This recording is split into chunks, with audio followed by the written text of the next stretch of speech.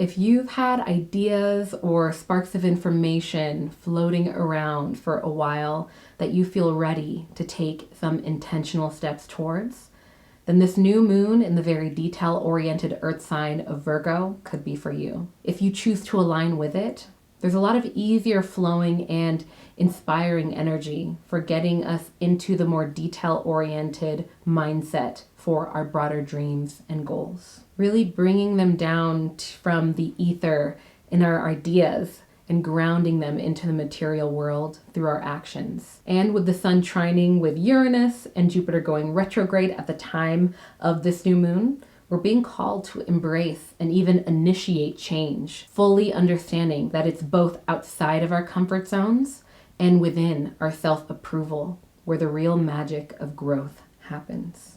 Hello friends, it's your girl Alina, back for another lunar energy reading. We're going to be talking about the current retrogrades that are ending, ones that are starting, the top transits surrounding this lunation, what a Virgo new moon looks like energetically for us, and much more. Also, you might notice some Easter eggs in this video. We have some new 2024 Auralign planner features and things that I really want your feedback on at the end of the video, so we'll be talking some details then as well. But with all of that said, let's go ahead and dive into the video. So first things first, what is the significance of a new moon? For those of you who don't know, new moons mark the beginning of a new lunar cycle, and they really signify the power of new beginnings and the power of rest, as we see it reflected in nature, in the cosmos, as the moon is not visible during the new moon. It's almost as if it has gone away for a bit at its lowest energetic point before we might set intentions around this time. And it is when we set intentions around the time of a new moon when we might do a new moon ritual to do so as well. And just as the new moon's light and energy rises, so too can momentum around the intentions that we set at this time also grow. Again, I feel like new moons are a very powerful cosmic reminder of the power and sovereignty and divinity of rest. Even in nature, we see it reflected, where winter is the true rest period of any given part of the earth. And we see it in specifically, for example, trees, where during the spring, the summer, even parts of the fall, most of the tree's energy is being put towards the leaves, to be out and present, to really be a part of the photosynthesis aspect of things, gaining that energy. And in the winter, it goes dormant, where it appears that it's very quiet, asleep, possibly even dead. But in reality, we understand now that most of these trees and plants that look dormant or dead in the winter, they're actually growing their roots deeper into the soil, and they are getting stronger in the wintertime through that rest, through drawing their energy back to themselves and not being out and about and present, you know what I mean? So I just find that to be really interesting. And to wrap that up, really this period of time is very powerful for rest and reflection, really calling our energy back to ourselves and maybe not initiating anything per se immediately, maybe not being in action right now, like, oh, it's day one, the new moon, I gotta go do my thing. It's really leaning into the power of reflecting on the previous lunar cycle, reflecting on what has and hasn't been working for us, and also making plans, setting up schedules, and getting clear on the path that we would like to take moving forward, not as much actually being in action, which will come in the following phase, following the new moon phase. Next, in terms of the sign that this new moon will be in, Virgo is represented by the Virgin Goddess, which is a symbol of wholeness. She is whole and complete in herself. She is full and satisfied in her being. She is also the source of her own wisdom. So through this new moon, we are being reminded that all can be found within ourselves through listening and caring for our mind, body, and soul. Now, Virgo new moons give us a boost oftentimes in precision, exactness, and attention to detail. And it can often feel a lot easier to access and be grounded in our knowing about situations and how to handle them during this time. Though it also is important to note that there might be around the time of this new moon, especially because we're already in Virgo season with the moon amplifying this energy, that there might be a potential for some hiccups or issues within relationships where there's already a little bit too much rigidity, because we can often feel the spark of wanting to shift things and evolve in a bit of ways, and that might involve change. So where there might be a resistance to change, there could be some issues. Also, the shadow side of Virgo is sometimes wanting to change everybody, being the biggest critic of everyone, feeling like you know the exact right way to do something. And whether you're a Virgo or know a Virgo, though that does not encapsulate their entire identity, sometimes that can pop up, and those can be lessons for us. A big lesson within Virgo, when there's too much of it, is a lesson of letting go, which we discussed in the Pisces full moon video that we had recently, where we saw that with all full moons, there's an opposition between the moon and the sun. And we saw that the moon was in Pisces and the sun was in Virgo. And we discussed the powerful duality between the Piscean energy of letting go and the Virgo energy of creating structure, control, and clarity around what the next steps are, what the right steps are, and striking a balance in that. I'm kind of going off on a little side quest over here, but I hope that context helps to illuminate not only the benefits of Virgo, but also the shadows, because I'll talk about this later on in the video when we discuss ways to align with this energy, what things to focus on for a new moon ritual, or any general intentions that you want to set right now or reflect on. It will be helpful to not only reflect on the positives of the Virgo, but also, some areas of it, the shadow as well, and those aspects of our lives, in that there will be a lot more supportive energy within those realms when we set intentions with them. Now, this is a great new moon specifically for being in nature, getting present with its energy field to aid in balancing our own energy, and leaning into introspection for the answers that we seek. Now, this is a perfect new moon also really for planning the details of exactly how you want to execute a new intention or goal. So for example, getting into the specifics of the color scheme for an event, setting dates on a calendar for each step taken towards something that you want, or really reflecting on how you as an individual will work best with your unique skill sets. It can also look like finally creating a timeline for doing the thing that you've wanted to do and finally putting it into action. It can also look like reflecting on what has worked for you and brought balance or order or even groundedness in your life in the past, and exploring how they can be applied to our revisited present day. This new moon can also just be a time of rest and of celebration of how far that we've come within these realms that I'm describing. Now, Virgo is also a sign that impacts our nourishment and wholeness.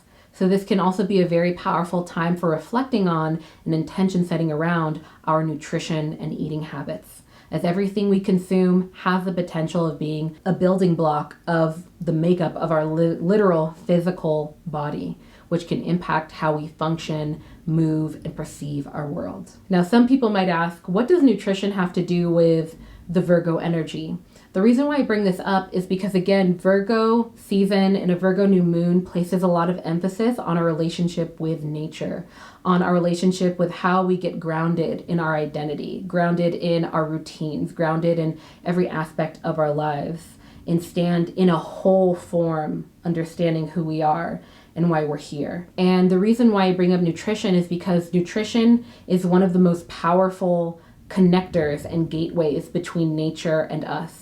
We are nature, obviously, but it's through the foods that we consume, the plants and the animals that also consumed the plants, that also contribute to our connection to the earth in many ways. And so it can be helpful to reflect on what's nourishing me right now. What nutrients have I noticed that maybe I need more of, or what has been working for me in the past in terms of my relationship with food. I'm really excited to make videos in the future talking more about not just a diet or things to eat, but the psychology and the spirituality within our connection with food and our relationship with food. Y'all know me, many of y'all already know, I'm a holistic nutritionist, so I really love talking about these things. And to wrap this up, I really feel like exploring your relationship with food at the very least, or any other medium that connects you with nature and how you regulate your own nervous system, how the energy of the earth has impacted you or not, or your environment, all of these things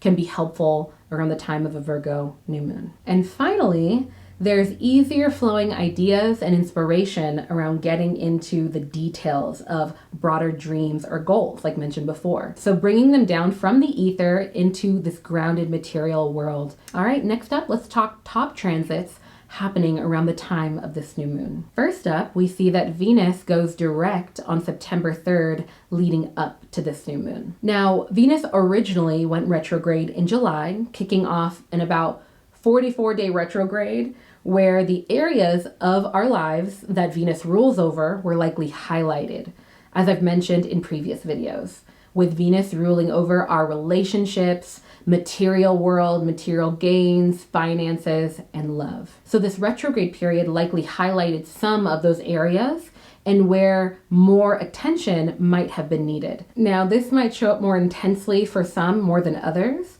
but those are the general themes of this Venus retrograde that happened in the sign of Leo. Now, retrogrades in general often create a level of stagnation within the areas of our lives where we might finally notice something that is off kilter, but we don't have clear answers for how to approach it just yet. And a Venus retrograde specifically calls us to place more intention into the actions we take within the realms of love, relationships, and finances, as there can be a higher likelihood of mishaps within those realms. So, with all of that said, if you've been noticing issues, hiccups, or stagnation come to the forefront of your attention during this retrograde, with Venus finally going direct on September 3rd, there can start to be a growing feeling of emotional release and mental clarity, specifically around how you articulate your feelings to any given person that you might have wanted to work things out with. And you might feel more clarity around a game plan to find more balance when it comes to aspects of your relationships or with finances, or your relationship with finances. And there can be a feeling of the floodgates finally opening emotionally as you connect the dots within these areas of life that might have felt harder to do during the retrograde. And if you personally don't identify with those things, but are patiently waiting for them, it's important to remember that Venus is still in its shadow period for a while.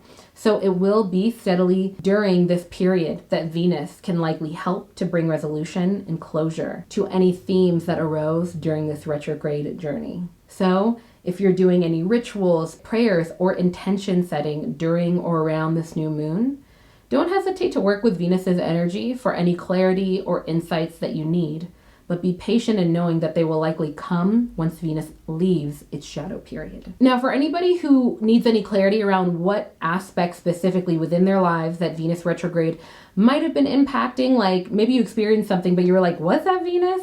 Or maybe you want to better understand how to work with Venus retrograde and it going direct. A bit more information. Venus went retrograde on July 22nd, and the last time that it was retrograde in the sign of Leo was back in the summer of 2015. So it can also be helpful to reflect on any themes that were happening around that time, and if there's any patterns of beginnings, closures, or similar situations that connect to present day. That can often bring a lot up. Okay, next up, one day following Venus going direct, on September 4th, we see Venus, the biggest planet in our solar system, going retrograde. So Jupiter impacts our curiosity and hunger for knowledge. This planet in retrograde often sparks deep introspection within the realms of our worth and how we cultivate true personal happiness within ourselves versus looking to the world to give it to us. Now, this is because Jupiter rules over our personal luck, our expansion and development. So when in retrograde, as with all planets, we're being called to lean more into our internal dialogue and reflection around the areas of our lives that the retrograded planet rules. And this calling is often seen through the stagnation, mishaps, or potential hiccups that arise within those areas of our lives. So this Jupiter retrograde, we might experience stagnation or topics being brought to our attention within the realms of personal growth, development, happiness, and what we deem to be success. And as a reminder, Jupiter retrograde happens every 13 months and lasts about 3 months. So this is a very routine season for us to reflect on these things, and its retrograde doesn't always necessarily equate to everyone losing all of their success or having horrible luck for 3 months straight or anything like that. So it will be most helpful to find what house Jupiter will be transiting at the time of this retrograde in order to clearly see what areas of our lives that it will impact the most. Now, this area of life will also be where your reflections on how you find joy and how to cultivate those feelings of success and development within yourself will be the most potent and beneficial at this time. Also, with the Sun and Mercury trining Jupiter during this retrograde, it really increases Jupiter's benefic qualities, making it a much more educational period through potential setbacks or hiccups versus it being more so a trying time of confusion. So staying open to learning and asking ourselves, why is this happening, will help us to open the door to receive the lessons that Jupiter is here to reveal to us.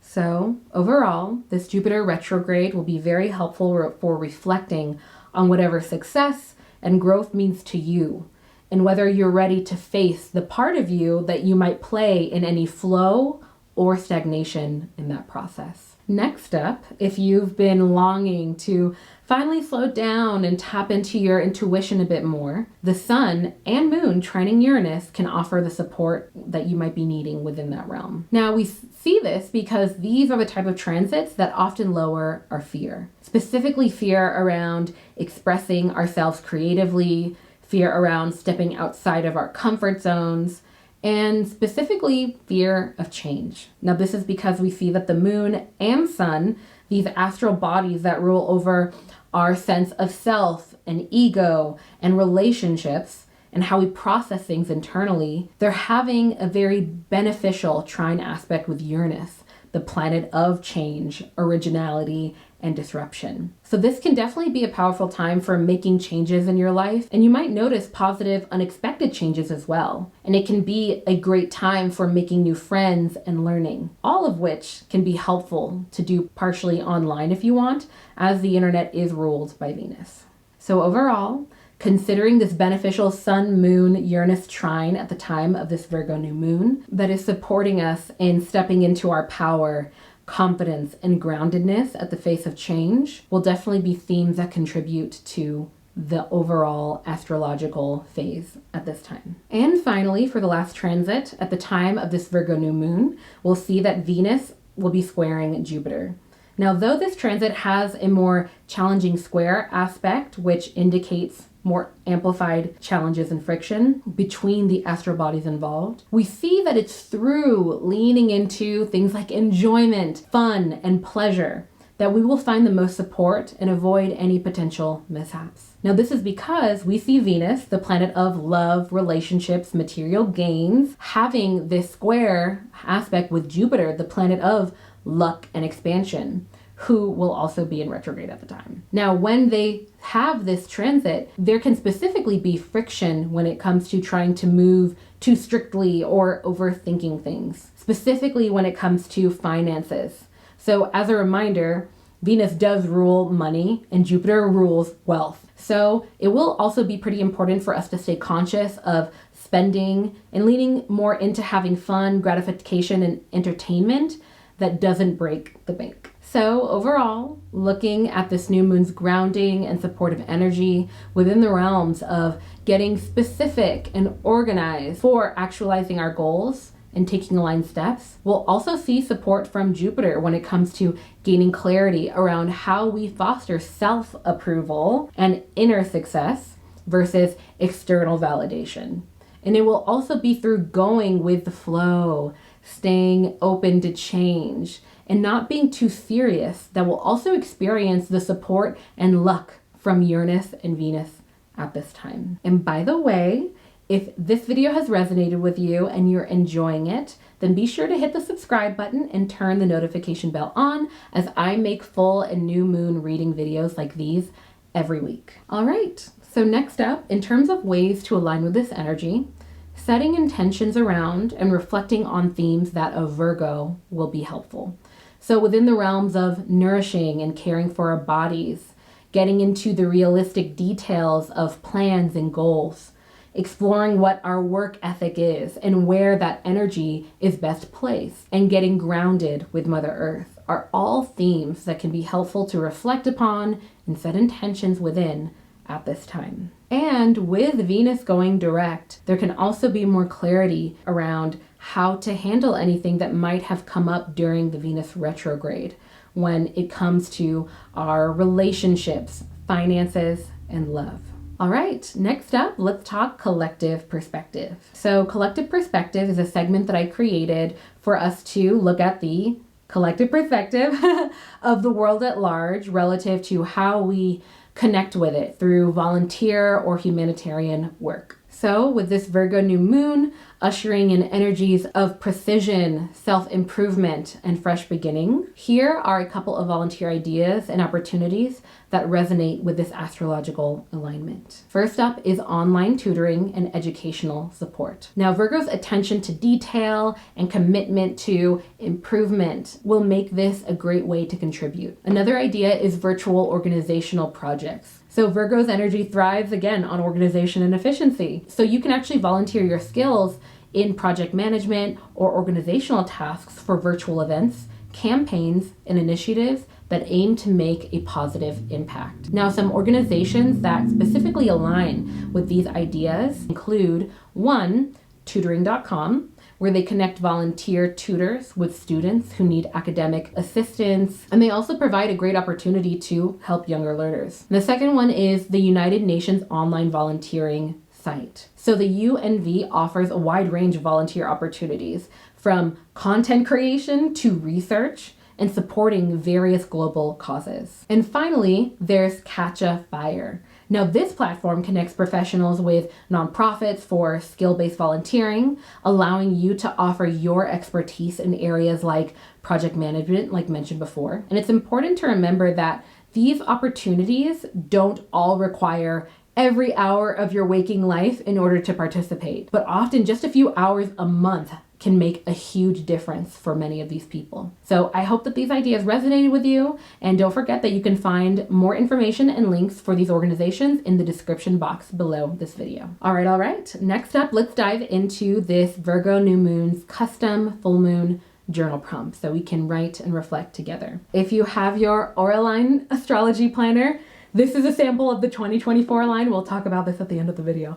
But if you have yours, you can go ahead and flip over to your dedicated new moon journal pages to write out all the questions that I'm going to ask. There's a few other questions in that section for you to dive deeper as well. What I will do is I will speak out the writing prompts to you. You will also see them on the screen. And I invite you to, once you see them on the screen, once I read them, pause the video, write them out, unpause, and we will continue.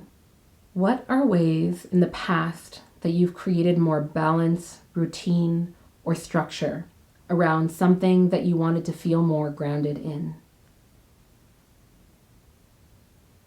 If you asked your higher self or future self or wiser self for advice around any relationship-related problems, if any, what advice would they give you?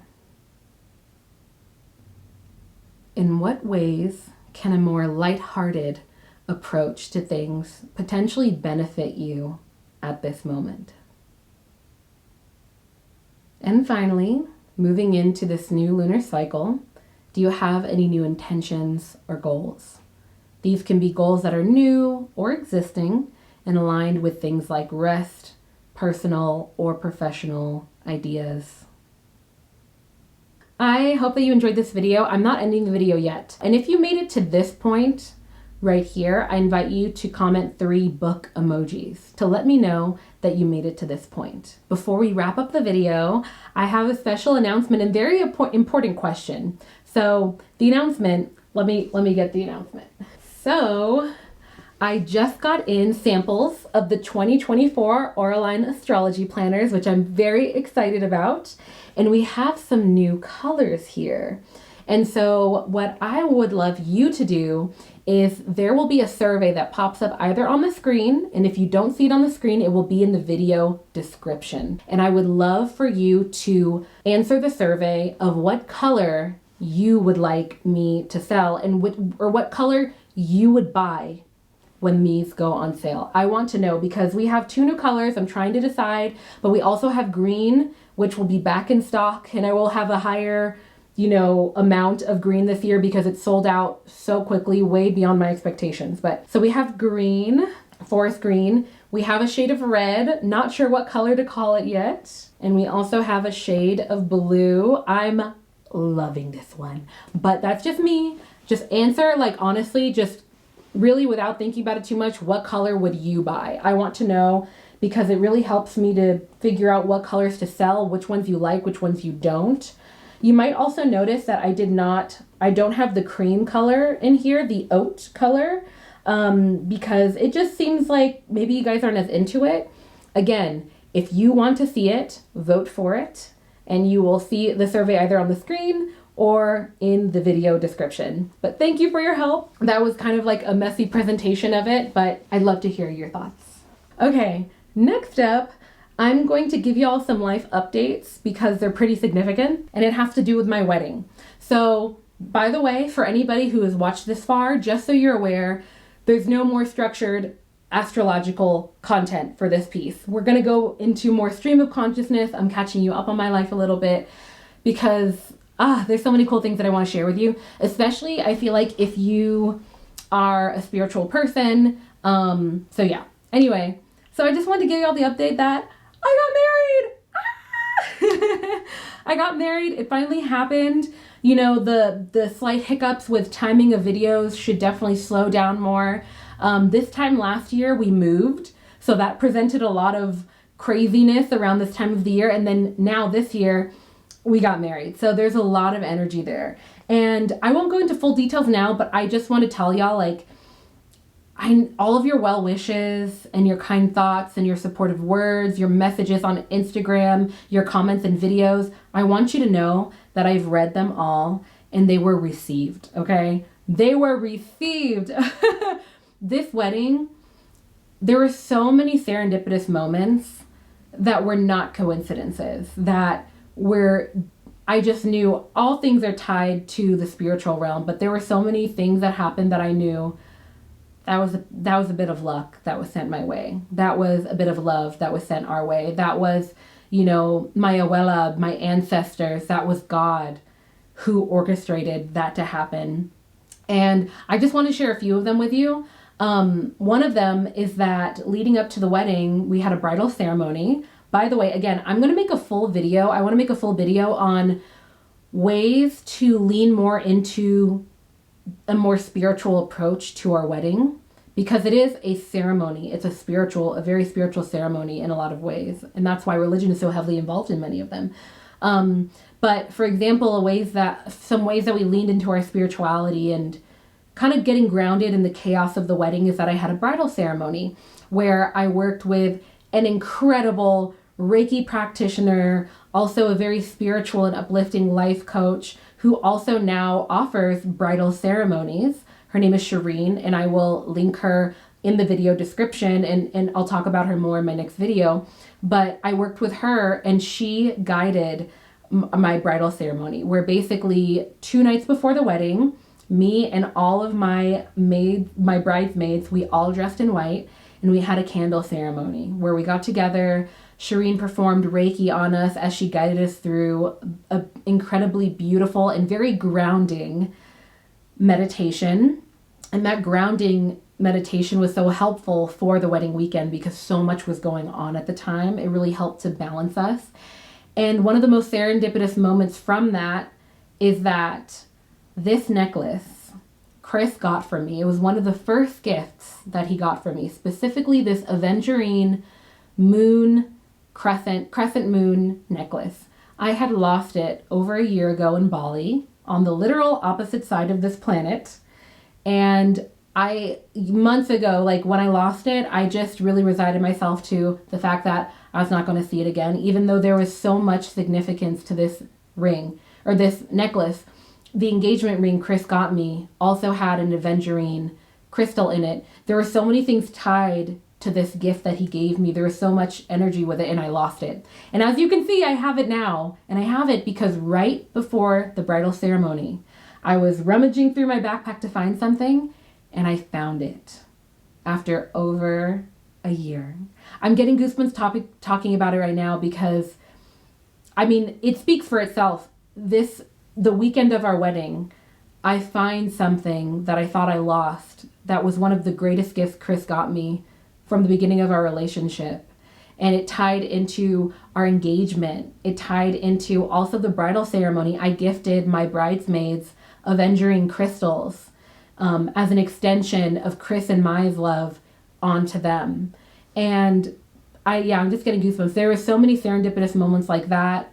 It was overcast the whole day leading up to the wedding. And I kid you not, I'm not exaggerating. As soon as Chris walked down the aisle at the beginning of the ceremony on our wedding day, the sun came out. And guess what song I walked down the aisle to? Here Comes the Sun. Like, I don't know. There were just so many and those are just a few. There were times where there were emotional roller coasters and I was sitting in the back of the house, and as soon as I got grounded and as soon as I felt like I had tapped into nature, the present moment, and God, a wind chime would ring. Like, there were just so many, I don't know, but it's like a soup of the things that I want to share with you, because I feel like we're like spiritual friends, so I can share this with you because I know that you'll get it. I know that you get it. There was like a panic during the wedding day where certain things were malfunctioning, and the family member who helped to fix it, they learned how to do that from my abuela, who is now my ancestor and my guardian angel in a lot of ways. Like, there were just so many moments, and those are just talking about the serendipitous moments, and me talking about the bridal ceremony was just one aspect of how we incorporated community and spiritual connection on top of our day-to-day connection and overlaid that onto this weekend and the experience. So anyway, I just wanted to share that with y'all. There were a lot of, crazy moments too. There were moments of stress where I was like so airy and frantic, and I was like, I need to get grounded. And I know that many of y'all know I have a lot of air in my chart. So there were so many little moments. But I just wanted to catch y'all up on different aspects of it and let you know that I'm going to do a completely separate video of like our wedding story, our wedding experience, things that worked for us, things that didn't, and just a lot of the spiritual aspects of things that happened that we experienced and that we also embedded into the experience ourselves. So that's kind of it. But all of that to say, if you made it to the very, very end, I invite you to comment 3 green hearts. And I just want to say a deep thank you from the bottom of my heart for your support and kind wishes for a wedding. And I'm excited to share more with you. And that's basically it. So with all of that said, I will leave you with my favorite quote. And that is, be gentle with yourself, because life is about the journey and not the destination. All right. Bye, friends.